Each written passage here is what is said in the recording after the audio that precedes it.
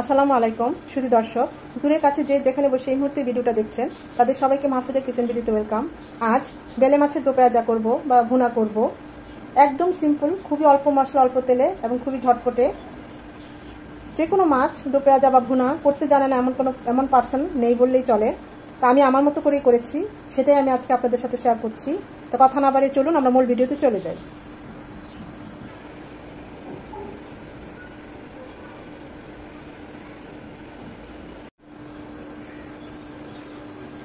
আমরা তো এটাকে বেলে মাছই বলি, এখন কে কি মাছ বলে জানি না। মিডিয়াম সাইজ, খুব বেশি বড় না, ছোট আর মিডিয়াম, একটা একটু বড়। আজ বেলে মাছের দো পেঁয়াজা করব টমেটো দিয়ে, ধনেপাতা দিয়ে। ধনেপাতার এই যে এই গোড়ার অংশটা, এটা কিন্তু ফেলবেন না, এখানেই কিন্তু মজা লুকিয়ে আছে। আমি তো সবসময় এই গোড়া সহ ধনেপাতাটা নেই, চেষ্টা করবেন আপনারাও নিতে, কারণ এতে ফ্লেভার, সবচেয়ে ভালো ফ্লেভার পাওয়া যায় এই ধনেপাতার এই গোড়ার অংশটায়। তো মাছগুলো এখন রেগুলার কাট করে কেটে নেব। মাছগুলোকে রেগুলার কাট করে কেটে নিয়েছি, শুধু বড় মাছটা পিস করেছি, বাকিগুলো পিস করি নাই, হাফ করে নিয়েছি কারণ ছোট। তাই মাছগুলোতে এখন দিয়ে দিচ্ছি লবণ, সামান্য হলুদ গুঁড়ো, আর এক পিস লেবুর রস।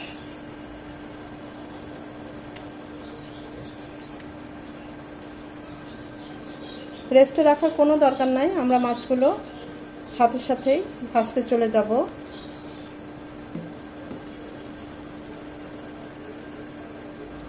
বেলে মাছ খুবই সফট এবং টেস্টি, একদম সফট। এই ধরনের নরম মাছগুলো নরম তরকারি দিয়ে বেশি ভালো লাগে, যেমন ঝিঙ্গা, ধুন্দুল, টমেটো, সফট আর কি। যত সফট মাছ সফট দিয়ে করলে বেশি ভালো লাগে। মাছগুলো ভাজার জন্য প্যানে দিয়ে দিচ্ছি সয়াবিন তেল।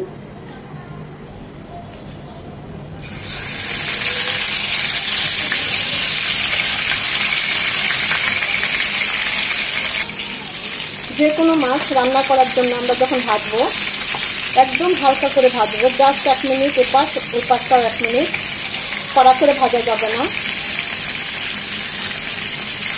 আর বেলে মাছ খুবই সফট, এটাকে নাড়তে হবে খুবই সাবধানে।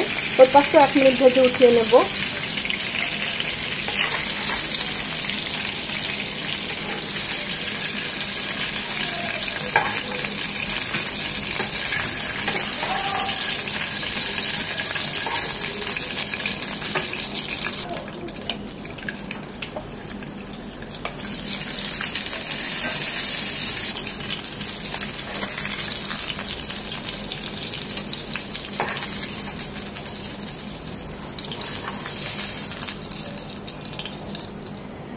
রান্নার জন্য প্যানে দিয়ে দিচ্ছি সয়াবিন তেল 3 চামচের মতো।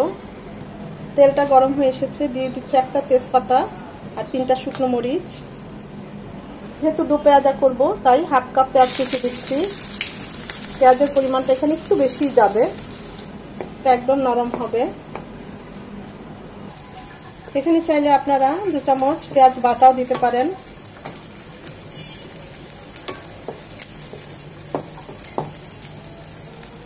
পেঁয়াজটা নরম হয়ে এসেছে, এখন এখানে দিয়ে দেবো 1 চামচ আদা রসুনের পেস্ট। এটাকে 1 মিনিট ভেজে নেব যেন আদার ঝাঁঝালো গন্ধটা চলে যায়।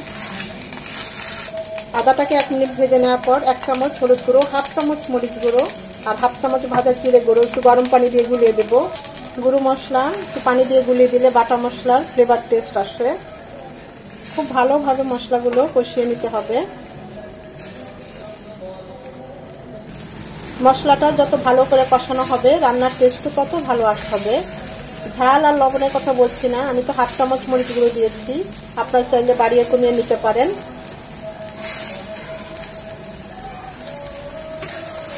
মশলাটা কষানো হয়ে এসেছে, ঠিক এই পর্যায়ে আমি এখানে 2টো টমেটো চিকন চিকন করে কেটে নিয়েছি, সেটা দিয়ে দিচ্ছি। টমেটোটা মশলার সাথে একটু কষবে, তো নরমও হবে।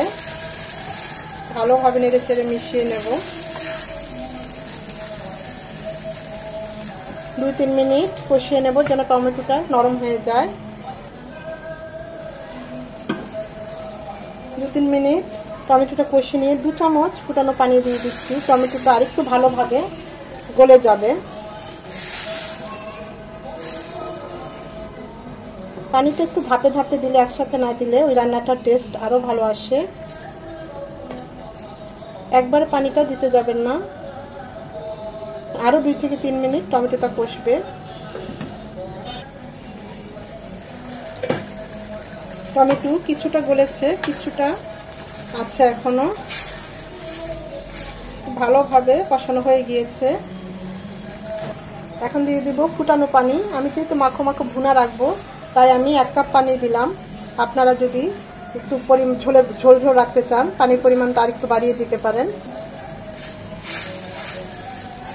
এটা ফুটে আসা পর্যন্ত অপেক্ষা করব। আমরা যে মাছগুলো ভেজে সেগুলো এখন দিয়ে দিচ্ছি।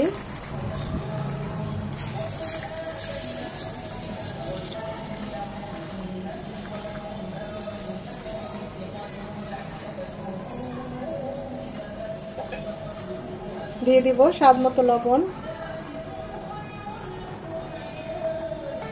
কাঁচা পাকা মরিচ, মরিচের মাথাটা একটু ভেঙে দিচ্ছি, এতে ঝাল হবে না, কিন্তু কাঁচা মরিচের ফ্লেভারটা বের হয়ে আসবে। যারা ঝাল পছন্দ করেন তারা মাঝখানে কেটে দিবেন। 8 থেকে 10 মিনিট এটা রান্না হবে।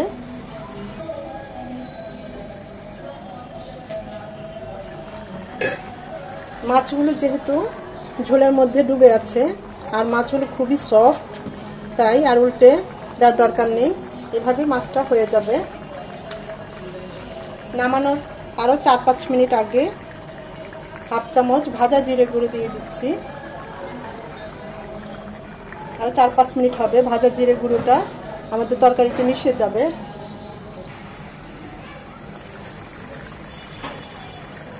মাশাআল্লাহ, কত সুন্দর এসেছে দেখুন আমাদের তরকারির কালারটা। আমি তো এই মাখো মাখোটাই রাখবো, আপনারা চাইলে আরেকটু টানিয়ে নিতে পারেন। নামানোর আগে দিয়ে দেবো ধনেপাতা কুচি। এক চুলাটা অফ করে দেব। টেস্ট করেছি, সব ঠিক আছে।